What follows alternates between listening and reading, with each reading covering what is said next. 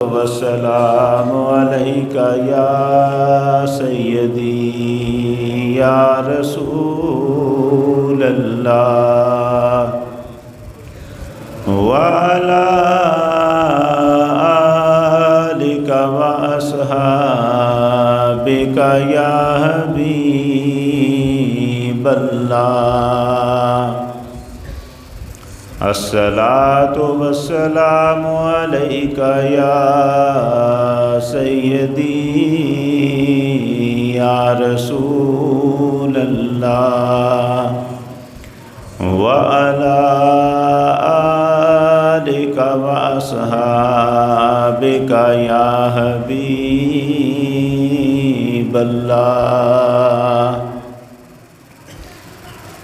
وہ کمال حسن حضور ہے کہ گمان نقص جہاں نہیں، یہی پھول خار سے دور ہے، یہی شمع ہے کہ دعا نہیں۔ بخدا خدا کا یہی ہے در، نہیں اور کوئی مفر مکر، جو خدا کا ہو یہی آ کے ہو، جو یہاں نہیں تو وہاں نہیں۔ وہی لا مکان کے مکین ہوئے، سر عرش تخت نشیں ہوئے، یہ نبی ہیں جن کے ہیں یہ مکان، وہ خدا ہے جس کا مکان نہیں۔ کروں تیرے نام پہ جاں فدا، نہ بس ایک جاں دو جہاں فدا، دو جہاں سے بھی نہیں جی برا، کروں کیا کروڑوں جہاں نہیں۔ سب تعریفیں اللہ جل شانہ وحدہ لا شریک کے لیے، جس نے اپنی قدرت کاملہ سے اس کائنات کو حضور نبی کریم صلی اللہ علیہ وآلہ وسلم کے عرفان کی خاطر پیدا فرمایا۔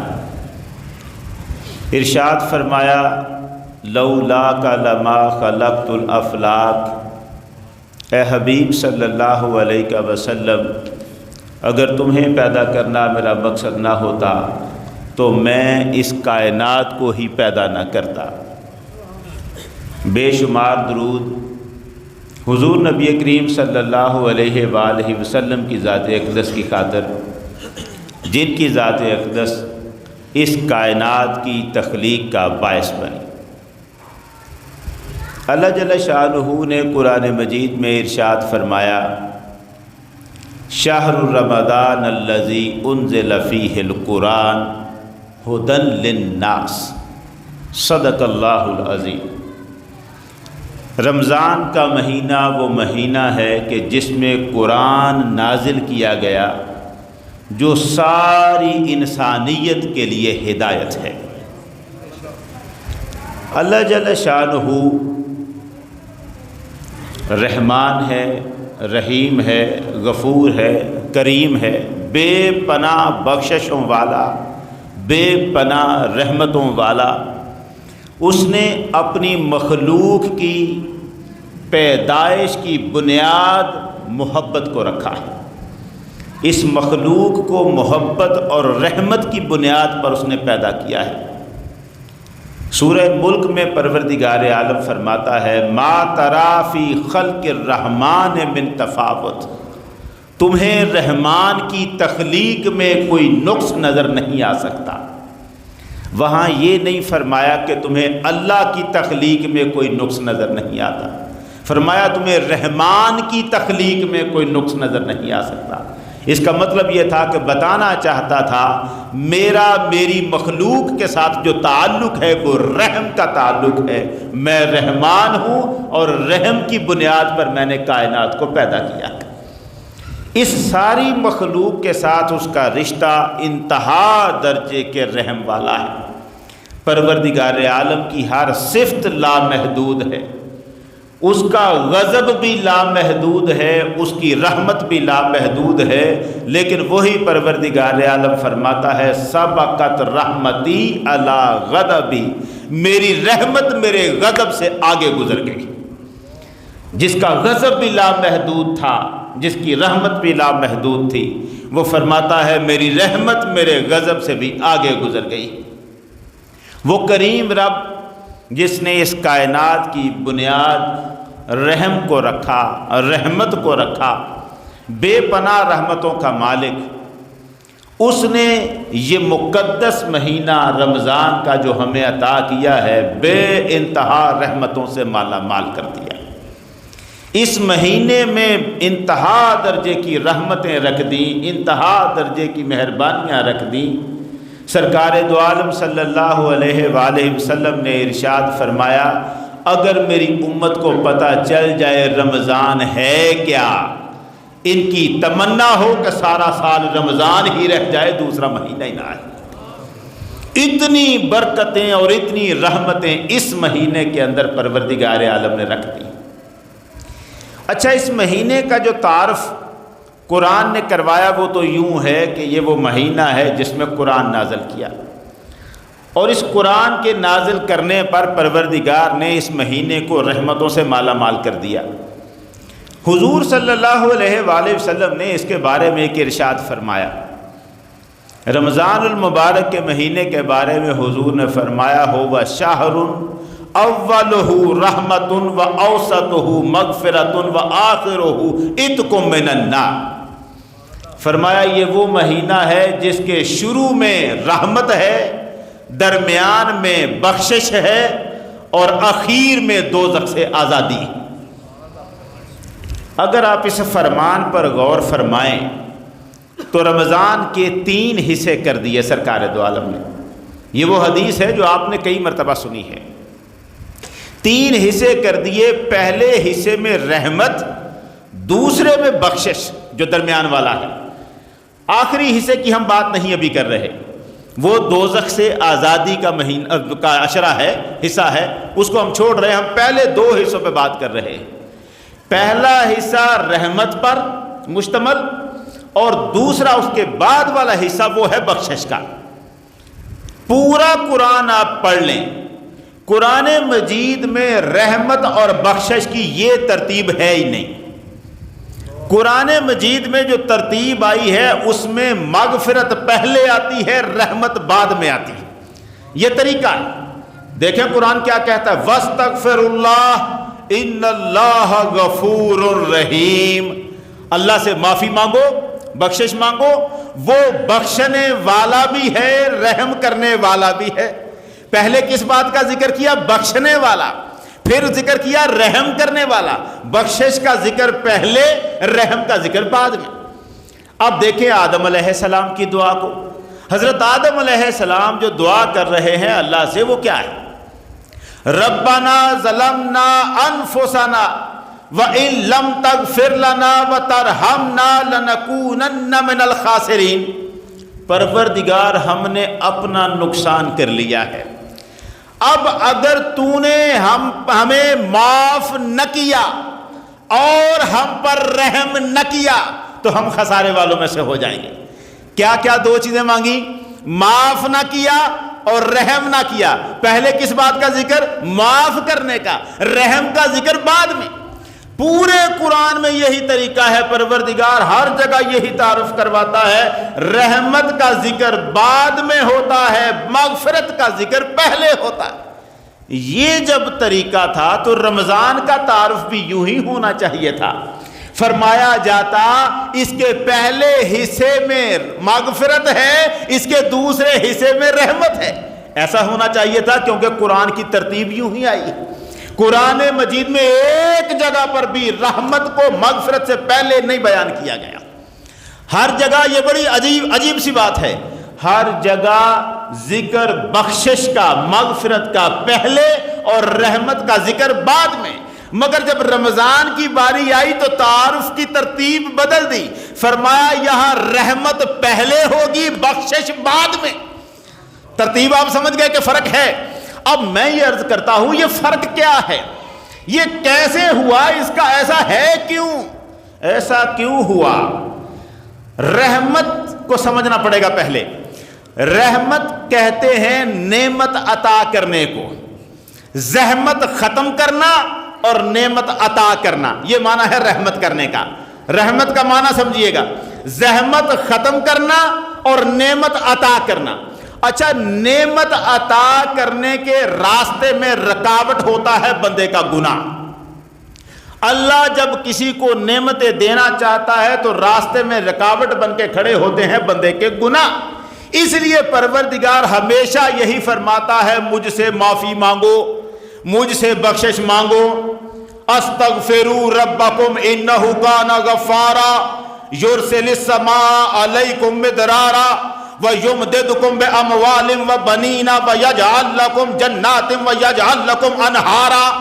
سورہ نوح میں پروردگار عالم نے فرمایا، کیا فرمایا؟ استغفروا ربکم، اپنے رب سے معافی مانگو، انہ کان غفارا، بے شک وہ بڑا بخشنے والا ہے، یرسل السماء علیکم مدرارا، وہ آسمان سے تم پر موسلا دار بارشیں نازل کرے گا، وَيُمْدِدْكُمْ بِأَمْوَالٍ وَبَنِينَ، مال اور بیٹوں سے تمہاری مدد کرے گا، وَيَجْعَلْ لَكُمْ جَنَّاتٍ، اور تمہارے لیے باغات اگائے گا، وَيَجْعَلْ لَكُمْ أَنْهَارًا، اور تمہارے لیے دریا بہائے گا۔ کب؟ جب تم اس سے بخشش مانگو گے، جب تم اس سے معافی مانگو گے۔ آغاز کہاں سے کیا؟ استغفروا ربکم، اپنے رب سے معافی مانگو۔ جب تم معافی مانگو گے وہ تم پر اپنی نعمتوں کے دروازے کھول دے گا۔ رحمت آئے گی بعد میں، تم پہلے مانگو معافی، اس لیے کہ نعمت آنے کے راستے میں رکاوٹ کیا ہے؟ تمہارا گناہ۔ پہلے میں اس رکاوٹ کو ہٹاؤں گا، پھر تم پر اپنی نعمتیں نازل فرماؤں گا۔ یہ بڑی توجہ سے سننے والا نکتہ ہے، اس بات کو آپ سمجھیے گا۔ نعمت کے راستے میں رکاوٹ ہے بندے کا گناہ۔ اللہ فرماتا ہے مجھ سے بخشش مانگ تاکہ میں یہ رکاوٹ ہٹا دوں اور پھر تم پر اپنی نعمتیں نازل فرماؤں۔ تو نعمت کو جو چیز روک رہی تھی وہ تھا گناہ، رحمت کو جو چیز روک رہی تھی وہ تھا گناہ۔ رب فرماتا ہے پورے قرآن میں ہر جگہ، پہلے مجھ سے بخشش مانگ، میں وہ رکاوٹ ہٹا دوں، پھر تم پر اپنی رحمتیں نچھاور کروں گا۔ ہم نے کہا پروردگار جب یہی دستور تھا تیرا کہ پہلے تو گناہ کی رکاوٹ کو ہٹاتا ہے پھر تو رحمت عطا کرتا ہے، تو رمضان میں یہ ترتیب بدل کیوں دی ہے؟ اب رمضان میں بھی تو ایسا کرتا، پہلے ہمارے گناہ مٹاتا، رکاوٹ ہٹاتا، پھر رحمت کے بادل برساتا، ایسا کرتا۔ مگر یہ کیا کیا کہ فرمان یہ دیا ہے کہ رمضان کے پہلے حصے میں بخشش نہیں، رحمت، اس کے بعد بخشش۔ تو مولا پہلے تو ہر جگہ بخشش رکھتا تھا، فرمایا اس لیے کہ تمہارے گناہ میری نعمت کے راستے میں رکاوٹ بن جاتے تھے، میں اپنی نعمتیں نازل کرنے کے لیے رکاوٹیں ہٹاتا تھا۔ ہم نے عرض کیا مولا پھر اب کیا ہوا؟ فرمایا رمضان کا مہینہ آیا، میری رحمت کے سمندر میں اتنا جوش آ گیا ہے، اب تمہارے گناہ میری نعمتوں کو روک ہی نہیں سکتے۔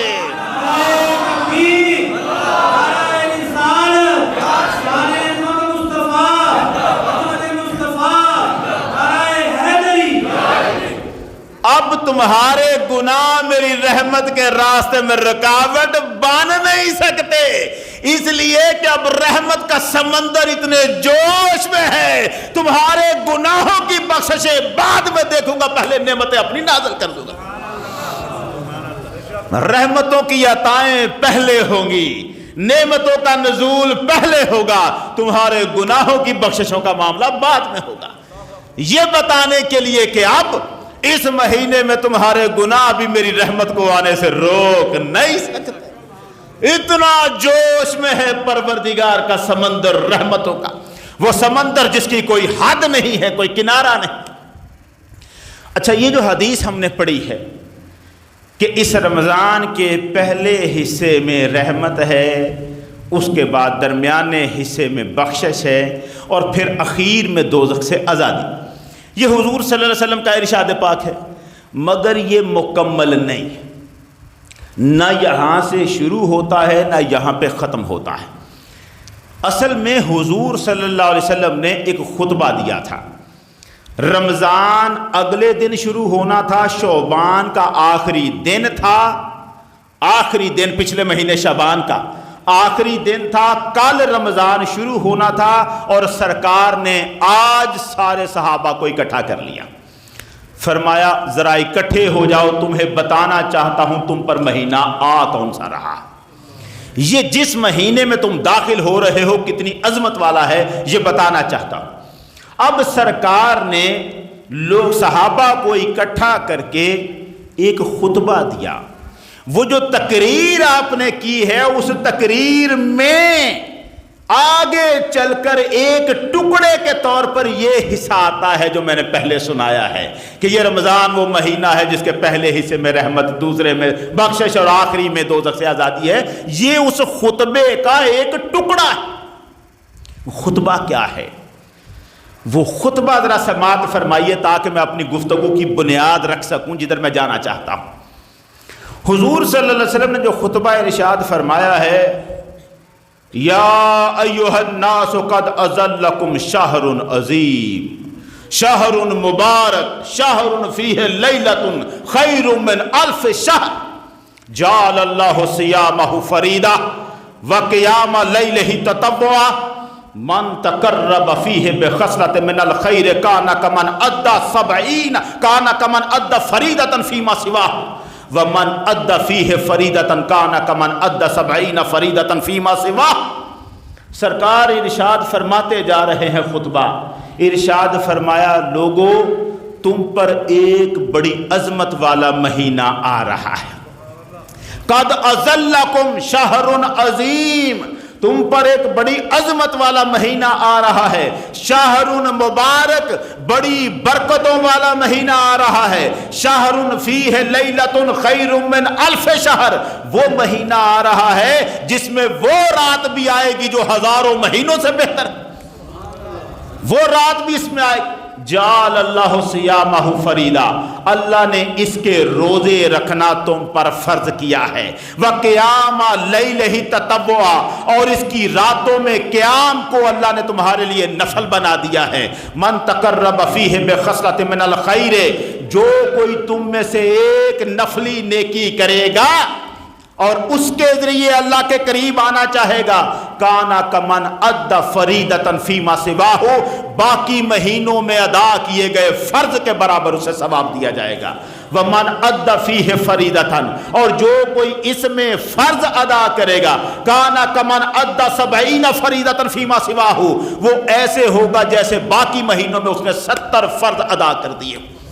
70 فرضوں کے برابر اسے ثواب ملے گا جو کوئی کرے گا. ہو وشہر الصبر، یہ صبر کا مہینہ ہے. والصبر ثوابہ الجنہ، اور صبر کا ثواب جنت ہے. وشہر المواسات، یہ وہ لفظ ہے جن پر میں نے اپنی گفتگو کی آج بنیاد رکھنی ہے. شہر المواسات، یہ ہمدردی اور غمگساری کا مہینہ ہے. ہمدردی کا مہینہ ہے، غمگساری کا مہینہ ہے. وشہر یزاد فی رزق المومن، یہ وہ مہینہ ہے جس میں مومن کا رزق بڑھا دیا جاتا ہے. پھر سرکار نے فرمایا، اچھا حضور خطبہ ارشاد فرما رہے ہیں، صحابہ بیٹھے سن رہے ہیں، توجہ رہے، یہ جمعے کا خطبہ نہیں تھا. حضور نے ویسے ہی صحابہ کو اکٹھا کیا تھا اور تقریر فرما رہے تھے. آپ تقریر فرماتے جا رہے ہیں اور صحابہ بڑے غور سے سن رہے ہیں، مگر جو اگلا جملہ ہے اس کے بعد صحابہ چپ نہیں رہ سکے. اگلا جملہ کیا ہے؟ جملہ ہم نے لاکھ مرتبہ سنا پڑھا ہوگا، مگر ذرا دیکھیں کہ یہ گفتگو چلتی آ رہی ہے، ابھی تک سارے خاموشی سے سن رہے ہیں. اگلا جملہ جب حضور نے فرمایا یہ ہمدردی اور غمگساری کا مہینہ ہے اور اس مہینے میں مومن کا رزق بڑھا دیا جاتا ہے، من فطر فیہ صائما کان لہ مغفرۃ لذنوبہ، اس مہینے میں جس نے کسی روزہ دار کا روزہ کھلوایا، زندگی بھر کے سارے گناہ اس کے معاف کر دیے گئے. کس پر؟ روزہ کھلوایا نا، اس پر سارے گناہ معاف کر دیے گئے. وَإِتْقَ رَقَبَتِهِ مِنَ النَّارِ، اور دوزخ سے اس کی گردن کو آزاد کر دیا گیا. جس نے کسی کا روزہ کھلوایا، اب روزہ کھلوانے پر اتنی بڑی بشارت، پھر فقط روزہ کھلوایا اور جنت بھی مل گئی، بخشش بھی مل گئی، سارے گناہ معاف، جہنم بھی دور ہو گیا۔ بات بہت بڑی تھی، صحابی چپ نہیں رہ سکے۔ حضور خطبہ فرما رہے ہیں، صحابی اٹھ کے کھڑے ہو گئے۔ ایک صحابی نے عرض کیا یا رسول اللہ، کیونکہ بات بڑی تھی، اب سوچا کہ اگر روزہ کھلوانے پر زندگی بھر کے گناہوں کی بخشش ہے تو یہ روزہ بھی تو ٹکا کے کھلوانا پڑے گا نا، کوئی اچھا سا افطاری اچھی سی کروانی پڑے گی، ٹھیک ٹھاک کھانا پیش کرنا پڑے گا، اگلا رج کے کھائے، سکون سے کھائے، کلیجہ ٹھنڈا ہو، وہ راضی ہو اور پھر کہے مولا اس نے میرا پیٹ بھرا ہے، تو بھی اسے جنت عطا کر۔ صحابہ نے سوچا یہ تو اس پر ہوگا معاملہ کہ ہمیں بڑا اچھا کھانا کسی کو کھلانا پڑے گا، پھر جا کے اتنا بڑا انعام بخشش کا، شفاعت، بشارت کا، یہ بہت بڑی بشارت ہے۔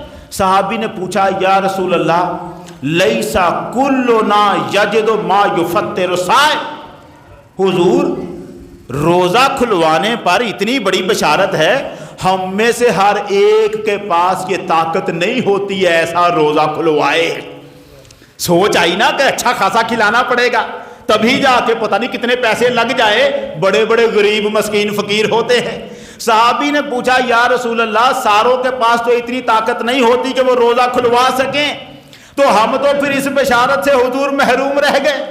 سرکار دو عالم نے فرمایا ایسا نہیں ہے، یؤتی اللہ ھذا الثواب من فطر صائما علی مذقۃ لبن او تمرۃ او شربۃ من ماء، فرمایا اس کے لیے بڑی اچھی افطاری کی ضرورت نہیں، ایک گھونٹ دودھ میں تھوڑا سا پانی ملا کے بھی روزہ کھلوا دیا، ساری بشارتیں اس کے لیے مل جائیں گی۔ ایک گھونٹ دودھ کا اس میں پانی ملا کر بھی روزہ کھلوا دیا، اللہ یہی ثواب اس کو عطا کر دے گا۔ یہ بھی میسر نہ ہوا، ایک کھجور کسی کو کھلا کے روزہ کھلوا دیا، اللہ یہی ثواب اسے عطا کرے گا۔ یہ بھی میسر نہ ہوا، او شربۃ من ماء، اور جس نے پانی کے ایک گھونٹ سے بھی روزہ کھلوا دیا، مولا ساری زندگی کے گناہ معاف کر دے گا۔ نعرہ تکبیر، نعرہ رسالت، شان عظمت مصطفیٰ، شان مصطفیٰ، نعرہ حیدری، حیدری۔ اچھا مسئلہ بڑا عجیب سا تھا، بڑا عجب معاملہ ہے یہاں پر، روزہ کھلوانا ہے، فرمایا جس نے پانی کے گھونٹ پر بھی روزہ کھلوا دیا۔ امام بہقی کی کتاب ہے شعب الایمان، 3336 نمبر حدیث ہے جو میں آپ کو سنا رہا ہوں۔ اب کیا لکھتے ہیں؟ سرکار نے فرمایا یہ تو ہے بات روزہ کھلوانے کی، ایک گھونٹ سے روزہ کھلوا دیا، زندگی کے گناہ معاف ہو گئے۔ تم جس افطاری کے متعلق سوچ رہے ہو وہ تو ابھی بعد میں ہے۔ آقا نے فرمایا من اشبع صائمن، اور جس نے کسی روزہ دار کو پیٹ بھر کھانا کھلایا اس کا اجر اور ہے، یہ تو اس کا ہے جس نے ایک گھونٹ پلا کے روزہ کھلوا دیا، جس نے پیٹ بھر کے کھلایا۔ من اشبع صائمن، جس نے کسی روزہ دار کو پیٹ بھر کے کھانا کھلایا، سقاہ اللہ من حوضی، اللہ اسے میرے حوض کوثر سے جام پلائے گا۔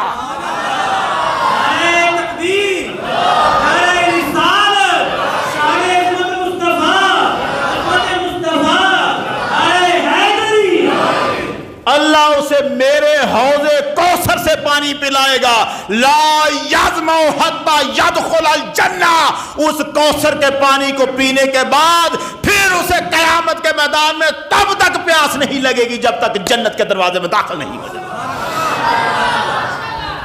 پھر پیاس نہیں ہے، جس نے پیٹ بھر کے کھانا کھلایا، پیٹ بھر کے کھلایا، یہاں تک آ کے اب فرمایا لوگوں یہ وہ مہینہ ہے اولہ رحمت و اوسطہ مغفرت و آخرہ عتق من النار، فرمایا یہ مہینہ ہے جس کے شروع میں رحمت ہے، درمیان میں بخشش ہے اور اخیر میں دوزخ سے آزادی کے پروانے۔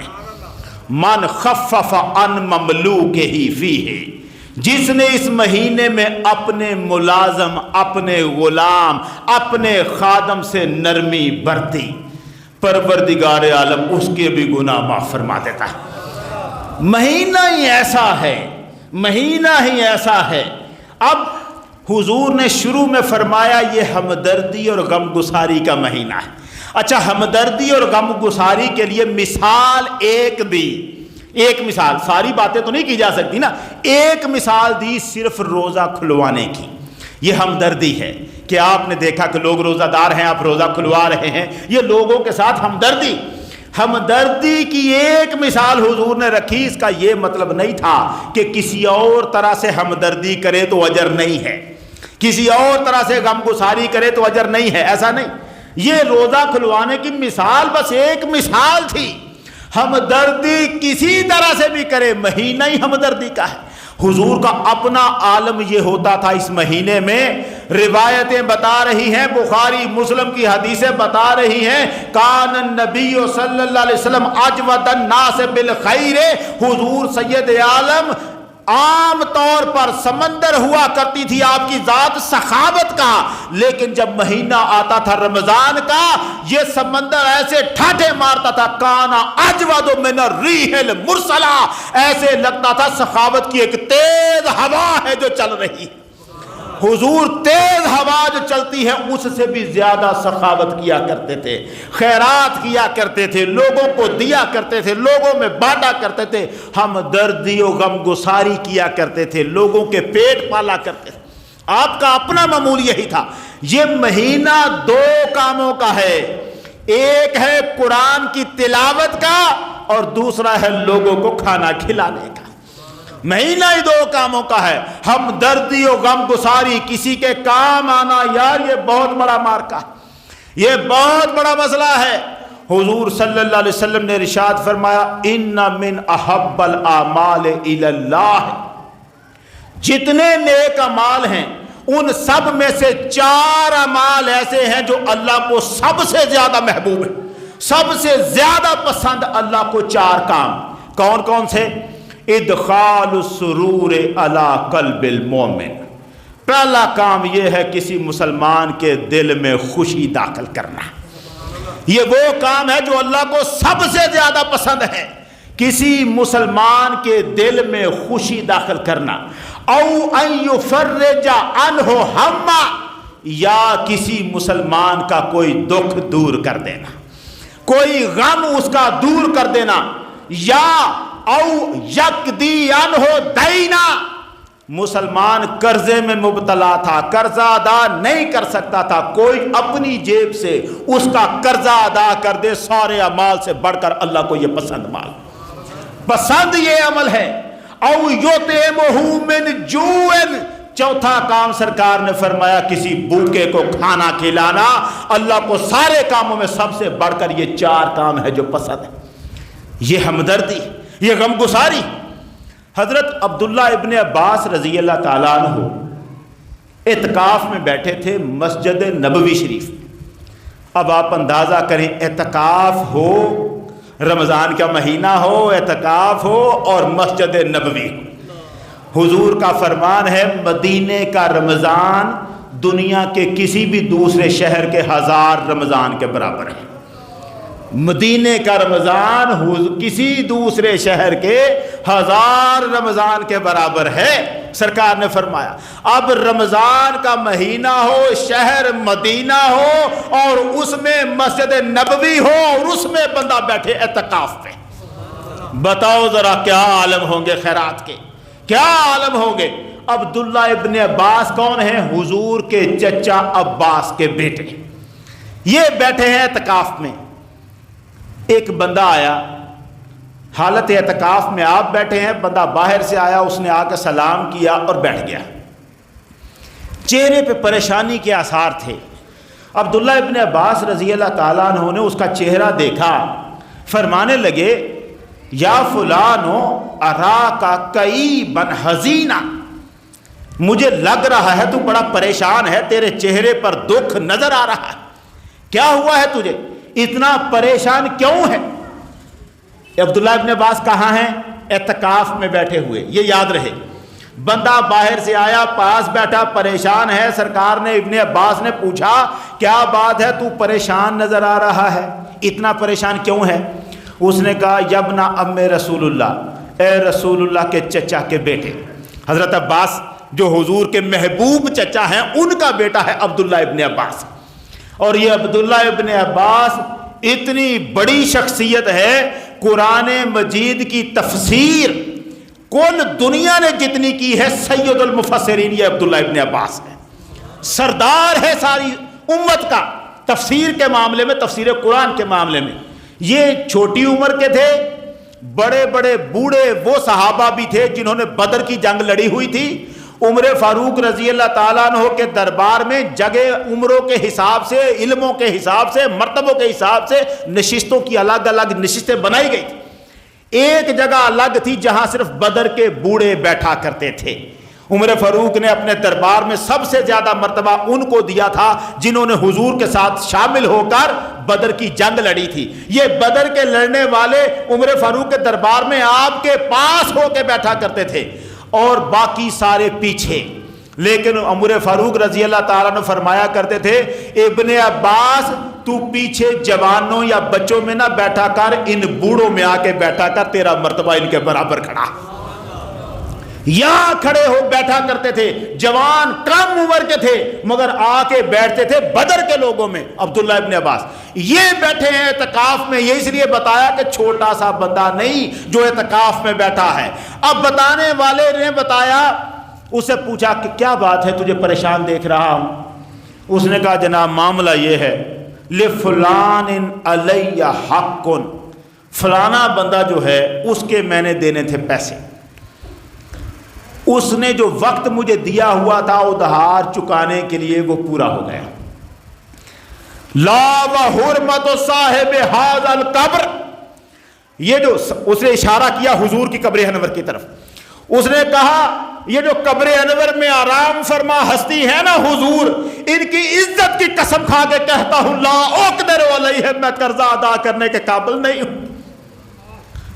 کتنی بڑی قسم کھا دی اس نے، حضور کی عزت کی قسم کھا کے کہتا ہوں میں قرضہ ادا کرنے کے قابل نہیں ہوں. بندہ میرے دروازے پہ بیٹھا ہے، مجھ سے قرضہ مانگ رہا ہے اپنا واپس، کام پورا وقت ہو چکا ہے، میں کیا کروں، کہاں جاؤں؟ عبداللہ ابن عباس رضی اللہ تعالیٰ عنہ نے غور کیا تو ان کے اپنے پاس بھی پیسے اتنے نہیں تھے کہ قرضہ اس کا دے سکتے. اب انہوں نے جو دوسری بات سوچی وہ یہ تھی کہ میں اس بندے سے بات کرتا. کہنے لگے افلا اکلمہ فیکا، کیا میں تیرے بارے میں اس بندے سے جا کے بات نہ کروں؟ اب اس نے دیکھا بات کرنے کے لیے یا وہ یہاں آئے یا آپ وہاں جائیں، آپ بیٹھے ہیں اعتکاف میں، صورت کیا بنے گی؟ اس نے کہا جناب جیسے آپ پسند فرمائیں. عبداللہ ابن عباس نے فرمایا اٹھ میرے ساتھ چل. اب چل پڑے. اب مسجد سے جو ہی نکل رہے تھے تو لوگ دیکھ رہے تھے، اعتکاف میں بیٹھا ہوا بندہ مسجد چھوڑ کے بلا ضرورت جا نہیں سکتا. عبداللہ ابن عباس رمضان کے مہینے میں مسجد نبوی میں اعتکاف بیٹھے ہیں، اس کا ہاتھ پکڑا اور مسجد سے نکل گئے. مسجد سے نکلے، بندے نے سوچا، دوسرے نے، وہ بھی صحابی ہے، اس نے سوچا اعتکاف تو ٹوٹ گیا، اعتکاف تو ٹوٹ گیا، اس لیے کہ اعتکاف کی حالت میں مسجد سے نکل گئے، ضرورت بھی کوئی نہیں، بندے کا ہاتھ پکڑا مسجد سے نکل گئے. وہ آیا پاس آ کے کہنے لگا انسیتا ما کنت فی، آپ بھول گئے ہیں کہ آپ اعتکاف میں بیٹھے ہوئے تھے؟ آپ کو نہیں یاد رہا کہ آپ اعتکاف میں بیٹھے ہوئے تھے؟ ابن عباس رضی اللہ تعالیٰ نے فرمانے لگے میں بھولا نہیں ہوں، مجھے یاد ہے میں اعتکاف میں بیٹھا ہوں، مگر میں نے مصطفیٰ کریم سے ایک بات سنی تھی. حضور نے ارشاد فرمایا من مشا فی حاجت اخی ہے، اور جو کوئی شخص اپنے بھائی کی مدد کے لیے چلا وہ بلغ فیہا، اور اس کی حاجت پوری کرنے میں لگ گیا، کان لہو خیرن من 10 سنین اعتکافا، 10 سال کا اعتکاف بھی اس کے برابر نہیں ہو سکتا. نعرہ رسالت، شان عظمت مصطفیٰ، شان مصطفیٰ، نعرہ حیدری. فرمایا 10 سال کے اعتکاف سے افضل ہے کسی مسلمان بھائی کی مدد کے لیے چل کے جانا. اور مجھے تو 10 دن کے اعتکاف کی بات سنا رہا ہے, میں 10 سال کا چھوڑ دوں؟ 10 سال کے اعتکاف کا ثواب مجھے ملے گا اگر میں اس بندے کے کام آ گیا. یار یہ غم گساری ہے, یہ ہمدردی ہے. اور یہ ہمدردی اور غم گساری جو ہم کرتے ہیں نا, بڑا عجیب مسئلہ ہے. ہمارے ہاں افطار پارٹیاں ہوتی ہیں جن میں دوست بلائے جاتے ہیں, مہمان بلائے جاتے ہیں, بلائیں اچھا, لیکن یار یہ سارے تو صاحب حیثیت ہو سکتے ہیں. وہ ماڑے لوگ جن کو کوئی گھر میں ختم پہ بھی نہیں بلاتا, ان کا وہ بیچارے پیچھے ہی رہ جاتے ہیں. کوئی ایسی افطار پارٹی بھی ہو جس میں صرف ماڑے ہی آئیں, صرف ماڑے. لیکن اب اگر ایسا ہو تو پھر ماڑوں کی عزت پر بھی حرف آتا ہے کہ آج اس نے ماڑے اکٹھے کے اعلان تو نہیں کیا جا سکتا کہ سارے غریب آئے جی میں پارٹی دینے لگا ہوں, پھر اس کا مطلب ہے ان کی غربت کا مذاق اڑاؤ. لیکن خیال یہ ہے کہ جب ایسا کوئی پروگرام ہو تو امیر غریب کا فرق نہ ہو, سارے مل کے ہی پارٹی میں بیٹھے ہوں, جہاں غریبوں کو اپنی غربت کا احساس نہ ہو اور پیٹ بھر کے کھانا بھی ان کو وہاں مل جائے. یہ ان کا, اور صرف کھانا ہی نہیں کھلانا, ان کی اور بڑی حاجتیں ہیں, ان کی اور بڑی مصیبتیں ہیں جن میں کسی کے کام آنا چاہیے. مت دیکھو کہ بظاہر کیسا ہے کوئی, یہ بڑا عجب مسئلہ ہے. شیخ سبائی عرب کا عالم ہے, عرب کا عالم, اپنی کتاب احکام الصیام کے صفحہ نمبر 65 پہ اس نے لکھا, عرب میں ایک بندہ تھا بڑا امیر, اپنے بچوں کے ناز نخرے اٹھاتا, کھانے کھلاتا, اچھے پارٹیاں بھی کرواتا, لباس بڑے اچھے دیتا, اور پھر وقت نے کروٹ لی, غریب ہو گیا.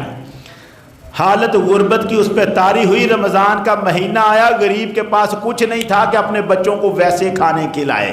افطاری کے وقت آتے بچے سوال کرتے, ابا جی یہ بھی چاہیے, افطاری میں یہ بھی چاہیے. نہیں جانتے تھے, ابے نے چھپایا ہوا تھا, نہیں جانتے تھے کہ ابا جی اب ویسے نہیں رہے ہوئے. ابا جی تندور سے جا کے 1 ریال کی دال لاتے اور 1 ریال کی روٹی اور ان کے سامنے رکھ دیتے. پہلا روزہ بھی دال سے افطار کیا, دوسرا بھی دال سے افطار کیا, تیسرا روزہ جب افطار کیا اس کے سب سے چھوٹے بچے نے کہا, ابا جی یہ کیا ہے؟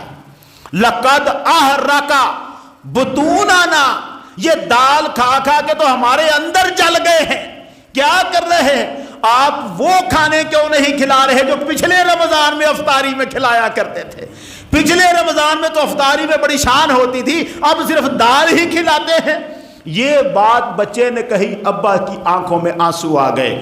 اب شیخ سبائی لکھتا ہے, بندہ چونکہ بڑا امیر رہ چکا تھا, اسے لوگوں سے قرض مانگتے بھی شرم آتی تھی. اب وہ کسی سے ادھار بھی نہیں مانگ سکتا تھا, بڑی شرم آتی تھی. صدقہ بھی نہیں مانگ سکتا تھا کہ لوگ کیا کہیں گے, غریب ہو گئے. وہ لکھتے ہیں کہ اپنے گھر کے اندھیرے کمرے میں گیا اور وہاں رو رہا تھا, نہیں چاہتا تھا کہ میں اس بچے کو بتاؤں کہ بیٹا لوگ بڑے سنگ دل ہیں, پتہ ہی نہیں کرتے کسی کا. یہ ان کو نہیں بتانا چاہتا تھا, یہ بھی نہیں بتانا چاہتا تھا کہ ہمارے حالات بدل گئے ہیں. بظاہر اچھے نظر آنے والے بھی بڑے بڑے مشکلات کا شکار ہو سکتے ہیں. یار میں آپ کو کیا سناؤں, سیدہ فاطمہ الزہرا رضی اللہ تعالیٰ عنہ روزہ رکھا ہے گھر میں, مولا علی نے بھی روزہ رکھا, حضرت فاطمہ الزہرا رضی اللہ تعالیٰ عنہ نے بھی روزہ رکھا.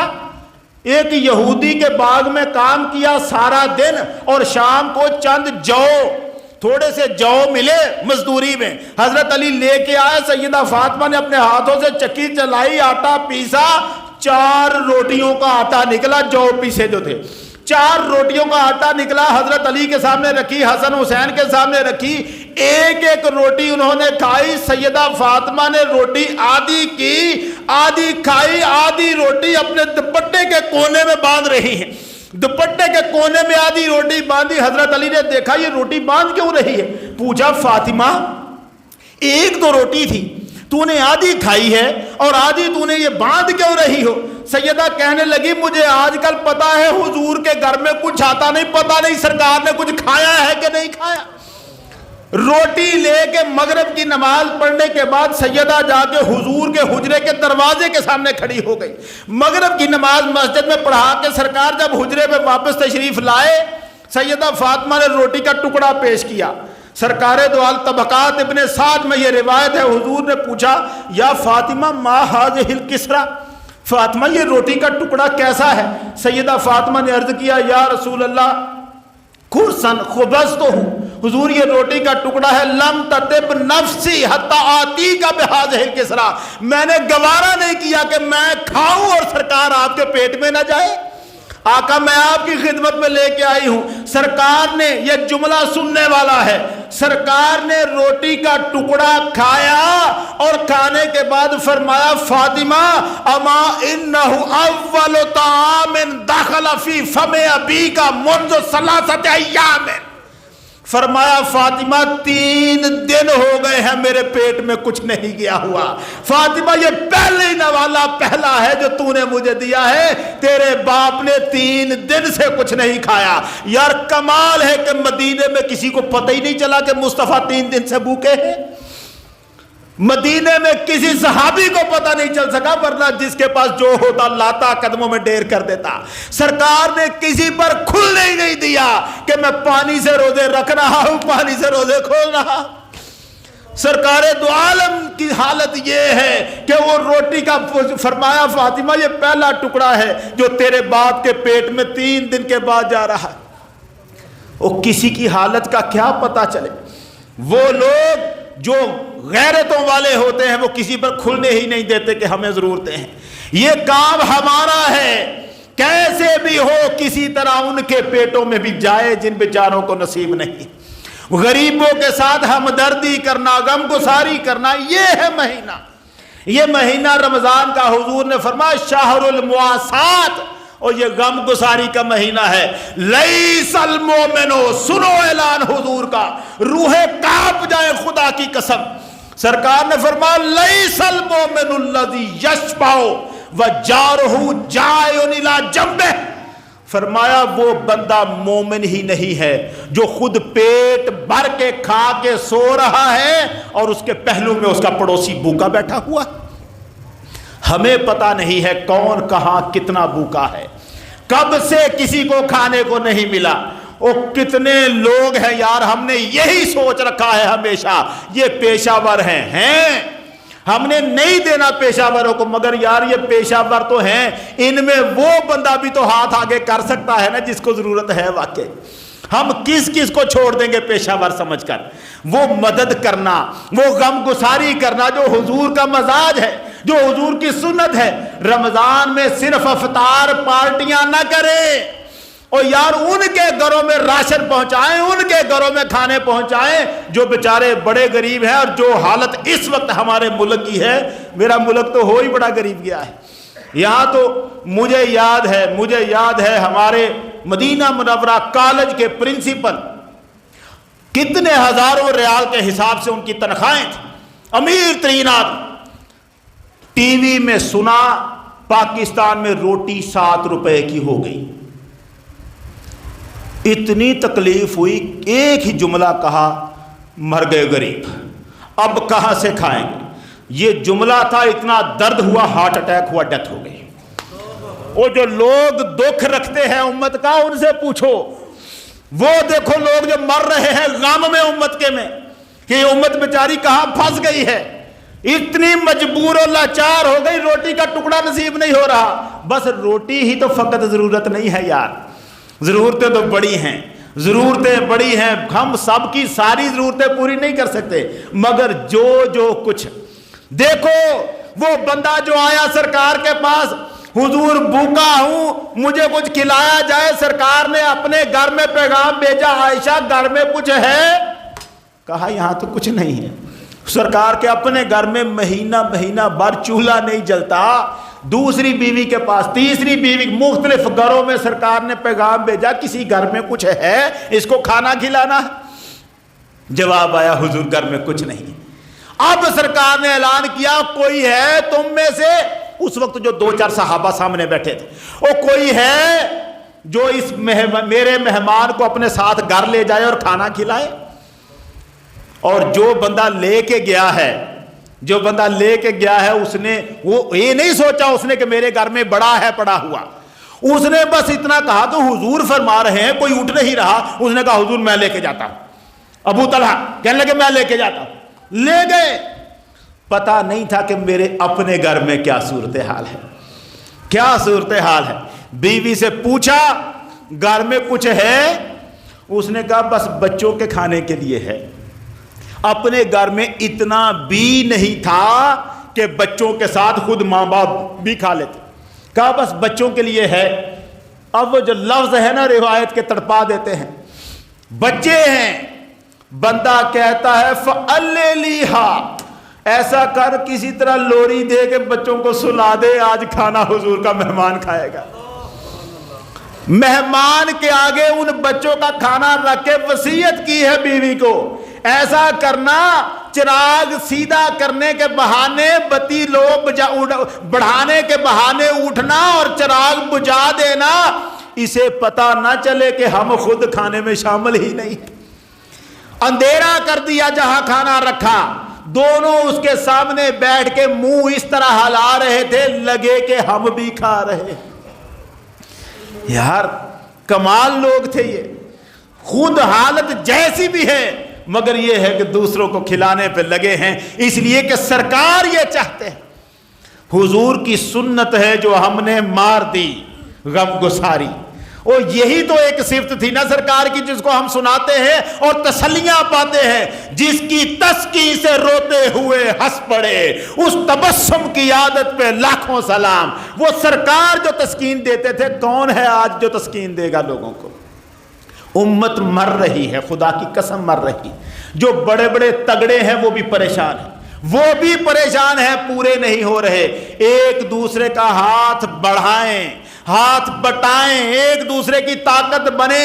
یہ جھگڑے, یہ نفرتیں, یہ حسد, یہ چھوڑ دیں یہ سارے معاملات, دوسروں کا سہارا بننے کی کوشش کریں.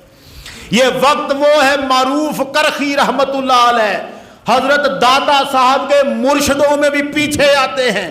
وہ کہتے ہیں جو بندہ یہ دعا کرتا ہے نا اللہ سے, یا اللہ محمد عربی کی امت پہ رحم فرما, معروف کرخی کہتے ہیں کوئی اور کام نہیں بھی کرتا, بس حضور کی امت کے لیے دعا کرتا, اللہ اسے ابدال کے مرتبے پہ فائز کر دیتا. ولیوں سے بھی اوپر والا مرتبہ صرف اس بات پر کہ کوئی محمد عربی کی امت کے لیے دعا مانگ رہا ہے ٹھنڈے خلوص دل سے. یہ خلوص دل, یہ ہمدردی, یہ غم گساری, یہ ہونا چاہیے ہمارا اس پورے رمضان کے مہینے میں. یہ جو رمضان کا مہینہ, آخر میں ایک دو صرف بس بات کرنی ہے میں نے. آج کل کرونا ویکسین لگائی جا رہی ہے. یہ کرونا ویکسین لگاتے ہیں اور اس کے لیے ٹائم جو ہے وہ افطاری سے پہلے کا ہے. افطاری کے بعد کا ابھی تک حکومت نے انتظام نہیں کیا. چونکہ یہ ایک وبائی صورتحال ہے, ویسے انجیکشن لگنے سے روزہ ٹوٹ جاتا ہے. ٹیکہ لگوانے سے بعض علماء کہتے ہیں کہ نہیں ٹوٹتا. دعوت اسلامی والوں کا بھی یہی غالباً خیال ہے, مگر مفتی منیب الرحمان صاحب جو نئی تحقیق, ہم جو سائنس کی بھی مدد لیتے ہیں, اس کے بعد پھر انہوں نے جو فتویٰ دیا ہے اس کے مطابق انجیکشن لگوانے سے روزہ ٹوٹ جاتا ہے.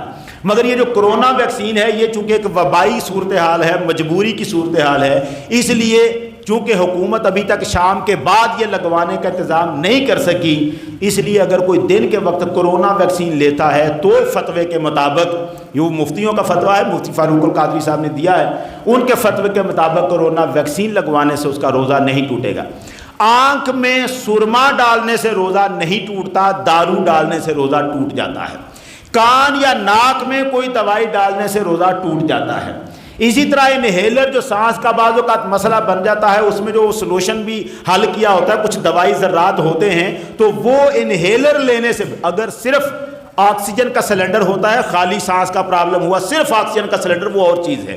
لیکن جہاں وہ ایک ہوتا ہے کہ جس میں کچھ دوائی کے ذرات ہوتے ہیں, وہ اگر انہیلر کوئی بندہ لیتا ہے تو اس سے روزہ ٹوٹ جاتا ہے. اگر بتی لگی ہوئی تھی, آپ پاس سے گزرے, دھواں آپ کے پاس آیا, روزہ نہیں ٹوٹے گا. لیکن اگر پاس کھڑے ہو کے وہاں اس کا دھواں لمبے سانس کھینچ کے اندر کھینچنا شروع کر دیا تو روزہ ٹوٹ جائے گا. جسم سے خون نکلنے سے روزہ نہیں ٹوٹتا. اسی طرح الٹی آنے سے روزہ نہیں ٹوٹتا، لیکن اگر الٹی آئی اور آپ نے وہ آ رہی تھی منہ سے باہر نکل رہی تھی حلق سے اور پھر واپس اس کو چڑھایا اندر آپ نے، اب روزہ ٹوٹے گا۔ جان بوجھ کر جب آپ ایسی الٹی کر رہے ہیں اور پھر اس کو نگل رہے ہیں تو روزہ ٹوٹے گا، ورنہ عام خود الٹی آ رہی ہے بھلے منہ بھر کے بھی آ جائے اس سے روزہ نہیں ٹوٹے گا۔ یہ چند وہ باتیں ہیں جو چونکہ ابھی ان دنوں میں پیش آ رہی تھی۔